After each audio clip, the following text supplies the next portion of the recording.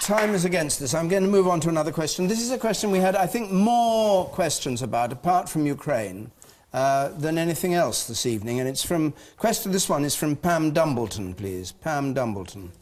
Isn't it time the government listened to the people about the effect immigration is having in changing our communities?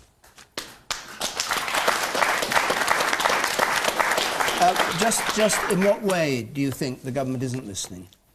The government haven't got a clue. David Cameron has never been to Barking. If he came, they'd be warned in advance and everything would be brushed up. The government need to come and walk through our town and just see how we now live. Go back 12 years, it was totally different.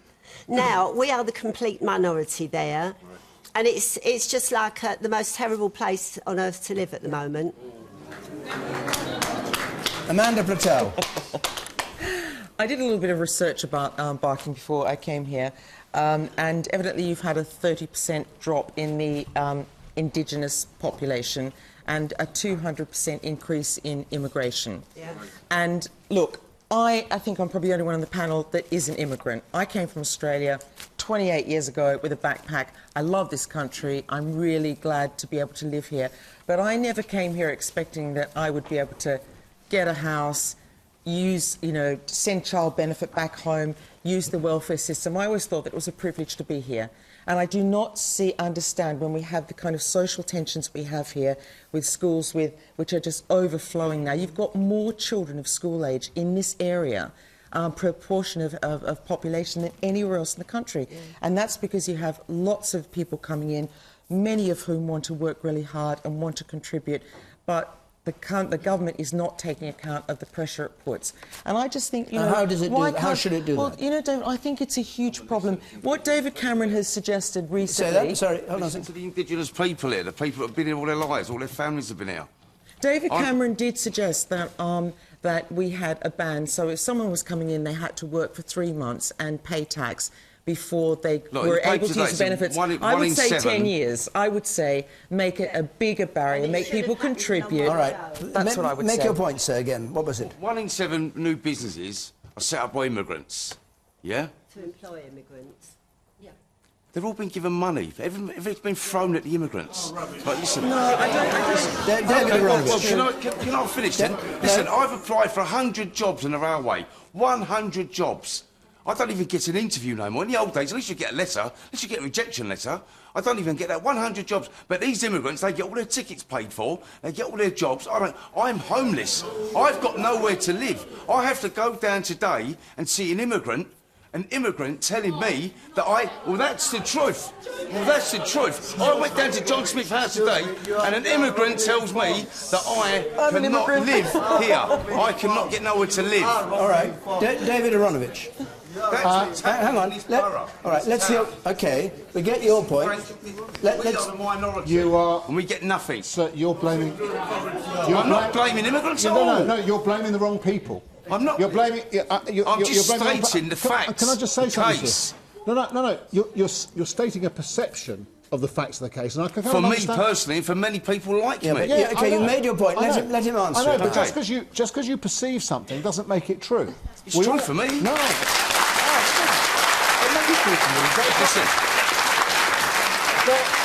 There isn't anything that we've been told. No, hang on. No, please. We're not all racist. Hang on, sir. Hang on. Be fair. But what about Indigenous people here as well? I think we've heard your point. The idea is the panel should be able to answer. No one has so far accused anybody of being racist. But the things that you've said were exactly what was said about my grandparents when they came over to the Jewish East End in the early 1900s. Exactly the same things. They said precisely the same things. We can't walk through our streets because they're not ours anymore. Why is a street not yours? Because some of the faces in it are black. Why can't you be in a street that has white and black in it? All right, you can answer this. English on the streets. No, hold on. Actually, he didn't actually say... Actually, most immigrants, of course... He didn't say anything about black, and actually... He didn't mention black people. He just said immigrants. Do you really think that? Is it? Well, I've got nowhere to live. I need to go and find somewhere to live. All right. Yeah, I will. Tonight. OK. You sat at the very back there. Thank you very much. You sat at the back.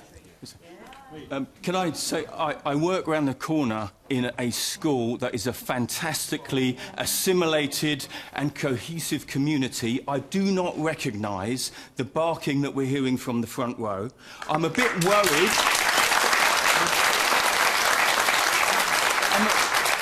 I'm a bit, not disgusted, but a bit concerned that the BBC tonight selected that question from the lady at the front there just to build up this sort of debate. But hang on. You may not have heard me say there were more questions on immigration in Barking. Well, wait a minute. Be fair. More questions on immigration in Barking than on any other subject apart from Ukraine. I appreciate that. So don't start attacking the programme for having selected this question. It was the audience's question. What I'd really love the panel to comment on, though, is the supposed suppression today by the Tories of a report that said there was no link between immigration and unemployment. And I'd like Michael Heseltine, you'd like to answer that. The Conservative-led government has just published the report. So I don't know what you're using the word suppression about. And what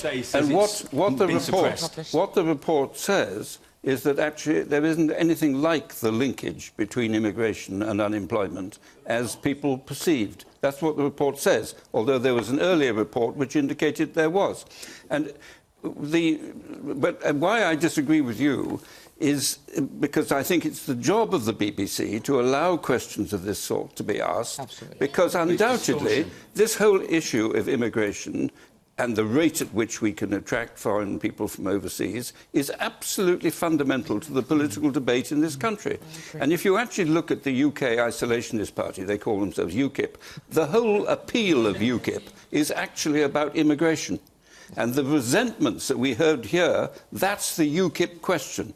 And I think that the most impressive thing that's happened here tonight in Barking is the overwhelming reaction of the audience in resentment at this parody of what Barking is all about. You sat there. Yes, in the blue shirt. I think you're deluding yourself if you think there aren't these tensions. Yes, they are. But especially in this area. Yeah. But I think maybe you're blaming the wrong people. If you're blaming each other sitting in this audience, if you're going to let people come here without any infrastructure and any planning to settle them in, then there's going to be tensions. And it's not just going to be white versus black or black versus Chinese. It's going to be everybody. Rachel Reeves, you're applauding him. You agree? I do agree with him. And look, David said that just because the gentleman at the front perceived something doesn't make it real. And he shouted back, but it's real for me.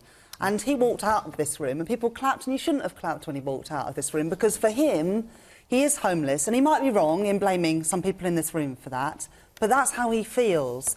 And that is a situation that he's facing today. And we can't just say, you're wrong, and let him walk out, because he has to hear what other people have to say, and you have to hear what he has to say as well.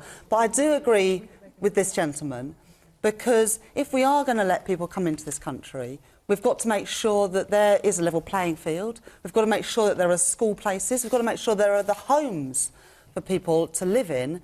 And we've got to make sure as well that there are jobs for people, and we need to make sure as well that the labour market isn't rigged against people. So, you know, the situation where jobs are advertised overseas but they're not advertised in this country, for example. And you believe that's happening? It does happen, it does happen. So you believe that immigration as a whole is being wrongly handled? I do think that there are very real problems that we need to deal with. For example, jobs should be advertised in this country, the minimum wage should be properly enforced, health and safety should be enforced, private landlords who let out their houses to, you know, 10 people in a 2-3 bedroom homes, that should not be allowed. And we've got to understand the legitimate concerns of people who have lived here and their families have lived there all their lives. We also have to understand that people come to this country because they want to work hard, like David's family did, like you and your families of other people in this room did, and we've got to make it work for everybody, for all of us, because we have to live in this community together. We can't roll back the clock. We have to make it work, and we can only do that by working together. This is the most arrogant hypocrisy I've ever listened to. This is a supporter of the Labour government that had over 200,000 people coming into this country as immigrants.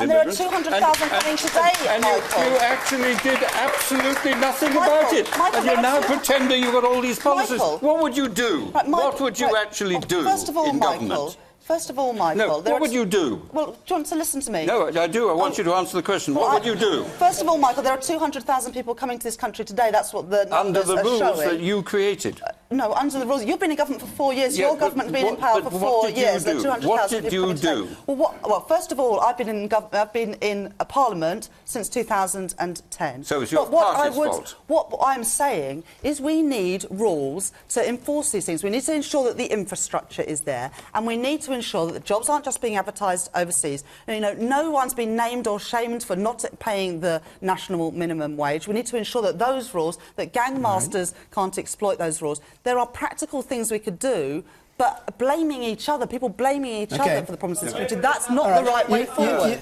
You say in the front here, and then I come to you, Alexander. I think one of the problems is, in the past, when immigrants came in, it was in small numbers, and they gradually assimilated into the new community, and the new community accepted them.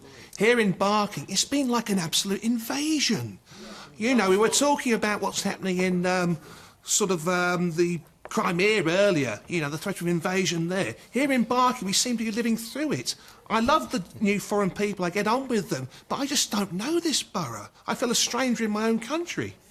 Alexander. Alexander Nekrasov.